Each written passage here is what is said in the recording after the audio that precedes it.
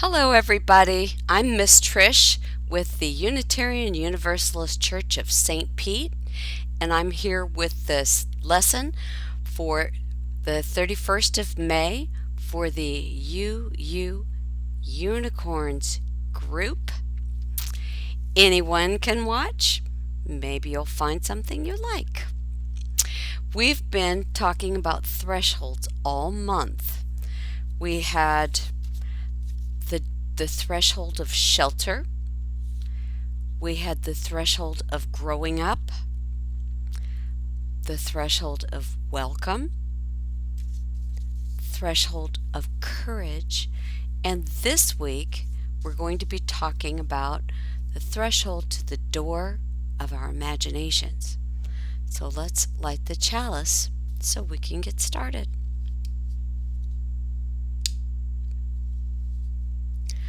Love is the spirit of this church and service its law.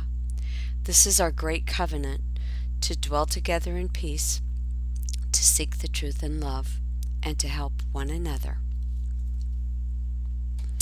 So I have a wonder box over here that has something in it to help us explore the theme of the threshold of our imaginations. So this is the wonder box. It's a little one this time because the thing inside is small. Let's see what's inside. Oh, it's a Play-Doh egg. And inside is Play-Doh. Why would a ball of Play-Doh be in the wonder box to talk about our imaginations? Well, what can you do with one? Oh, you could make it perfectly round. You could carve someone's face on it or an animal's face. Or you could roll it out and make it into a snake. Lots of things you could do with it. I'd love to know what some of your ideas are. You could make it into a donut. Yummy, a donut. Or a heart. If you decide to make some Play-Doh things, take some pictures and you can post them on our UU Kids RE Facebook page. I'd love to see what you guys come up with. So let's see. The calendar connection is it's summer, so there's tons of things that you can have fun with using your imagination in the summertime outside. And there are also books and movies that use the theme for threshold of imagination. One of my favorite books that I read many times as a young person was Alice in Wonderland. In that book, Alice chases a rabbit down a rabbit hole, and she goes down into the hole and she tumbles down in, and on the other side is a totally different world. So her life changes drastically by crossing that threshold. A movie that I like that has a threshold is Jumanji. Robin Williams was in that movie, and in that movie, a book provides a portal that this herd of African animals charges through, and it changes the whole world around them, so life is totally different. Some other movies that you might know that use thresholds to imagination are Monsters, Inc. or Narnia. I read the Chronicles of Narnia when I was a kiddo, and in that book, a little girl staying with her grandparents, her grandfather, her siblings think she's kind of silly when she finds in the back of this cabinet that they call a wardrobe because clothes hang in there, she finds a door into another world. But eventually all the siblings follow her through that door into Narnia. and they have a totally different life in Narnia from the one they had on the other side of the threshold. You might be able to find some of those books on Amazon Prime or Netflix, or maybe even for free on YouTube. Think of some other ones that might have the threshold theme, that everything changes once you go past a threshold. So maybe you'll think of those later. Right now, get ready for your meditation. Find a nice cozy spot. Maybe grab a pillow or a blanket and get comfortable. And when you're ready, take a nice breath in and out and relax. Take another breath.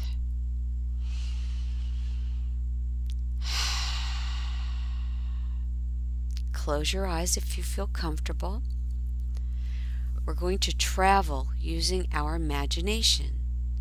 And sometimes it's easier to travel with your imagination when your eyes are closed, so you can really use your mind. So close your eyes and, using your imagination, see a path appear before you. What does this path look like? Is it grassy? Paved? Does it have pebbles? Are there flowers on either side? Is it sunny or shady? Walk along the path. What do you hear? What do you smell? You come to a door. This door is the door to your imagination. What does your door to the imagination look like? Is it a big, heavy wooden door with a little peephole?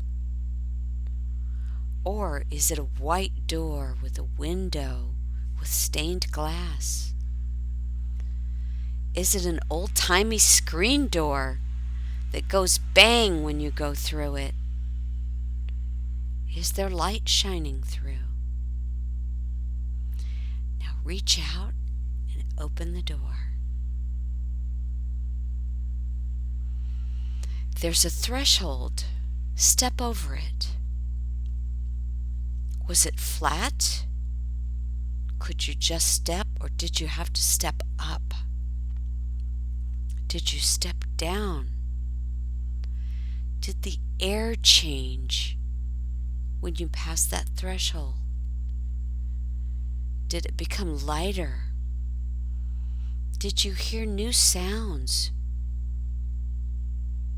Do you smell different smells? Maybe flowers or bread baking. Do you hear music? There's something there for you. Is it a table? Or an altar? Or a beanbag chair? Somehow a message will come to you. Did someone leave you a letter?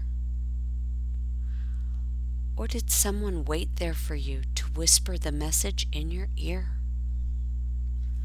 Perhaps a magical animal walks up and shows you an idea.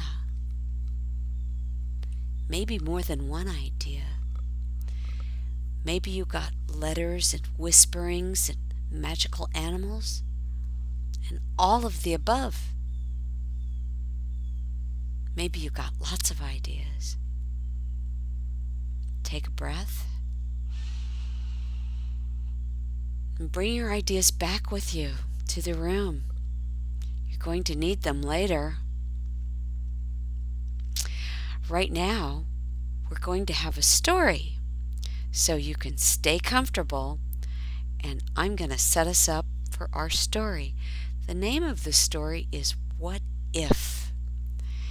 And I'm going to show you a YouTube video The story was written by Samantha Berger, but it's read aloud by Heather's Storytime Corner. And I'm going to leave links on the page that you can watch this without being here in this video. And I'll leave links to other stories, or at least one other story. The other story has a summertime theme, and it's a very cute story. I think you'll enjoy it too. But let me get set up for What If. Okay, here we go, I hope.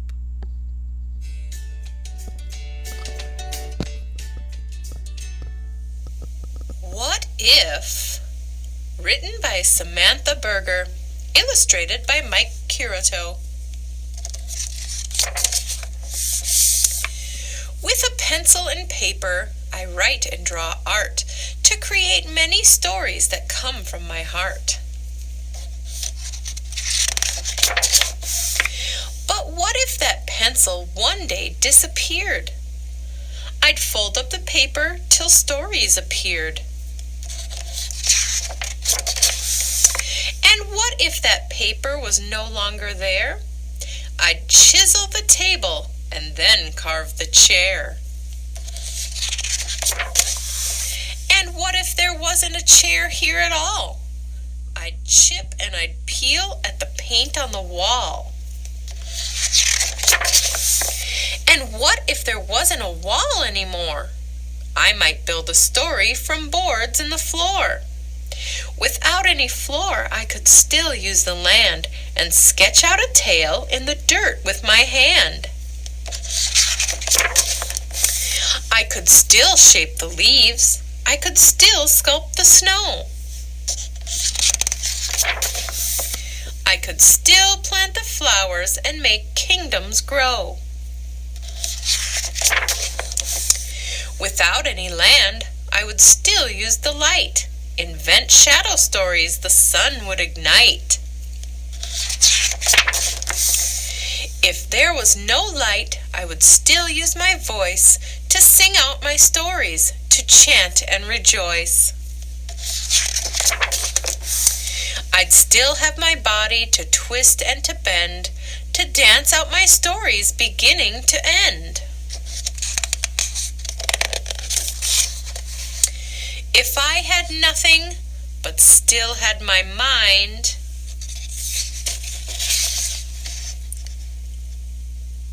there'd always be stories to seek and to find.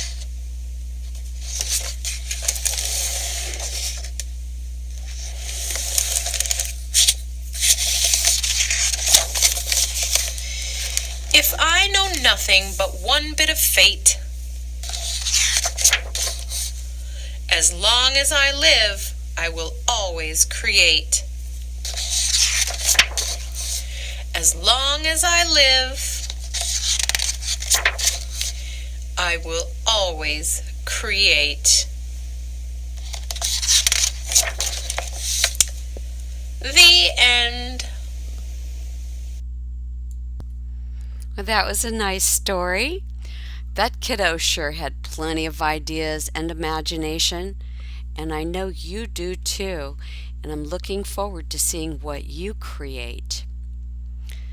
So I usually give you an activity during the lesson, but I'm going to do something different this time. I'm going to ask you to come up with your own activity using your imagination.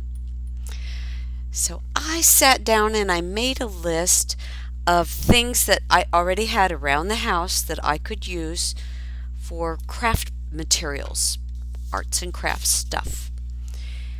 And I've got plenty of stuff in my craft room.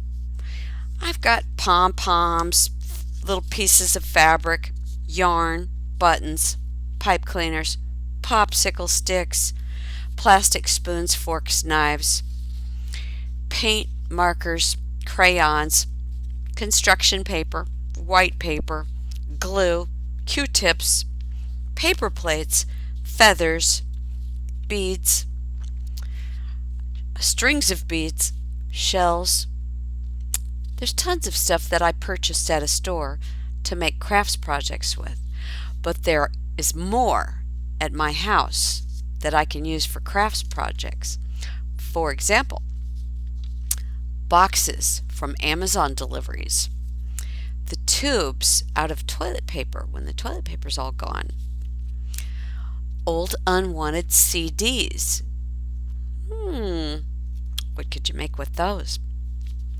Last year's calendars with the pretty pictures, yogurt or cottage cheese containers,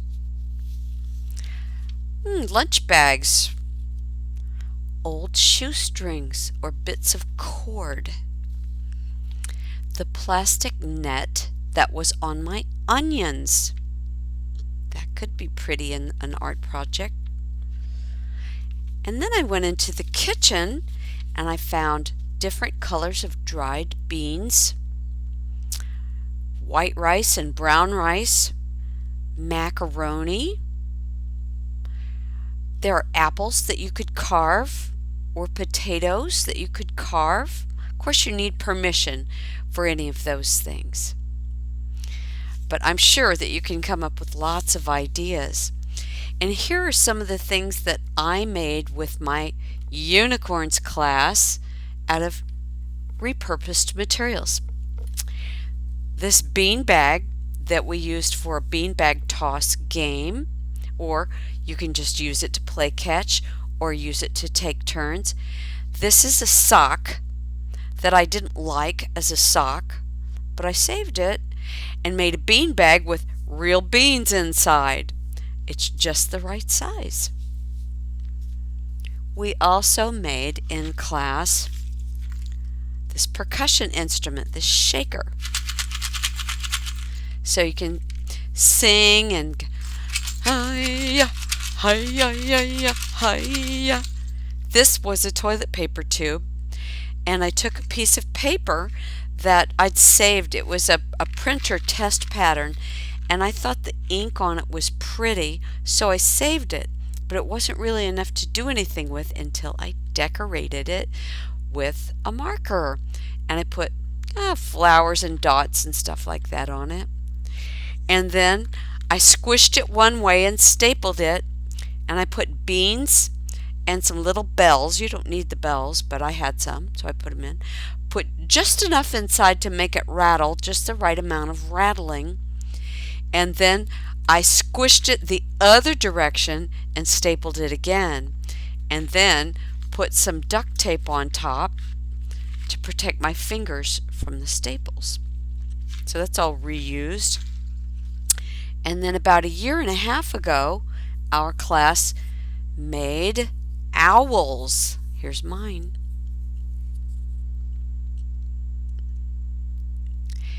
He is made from bits of fabric that I had saved for I didn't know what reason, but they were in my craft supplies. Some of them were samples from the upholstery shop, and others were just stuff that I had lying around.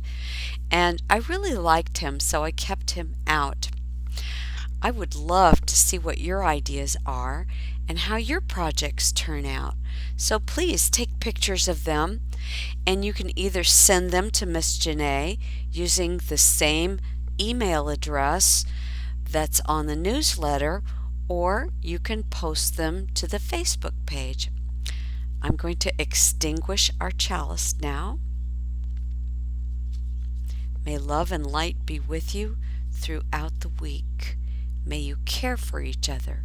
May you be well.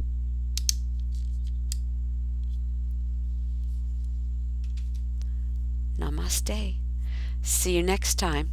Bye.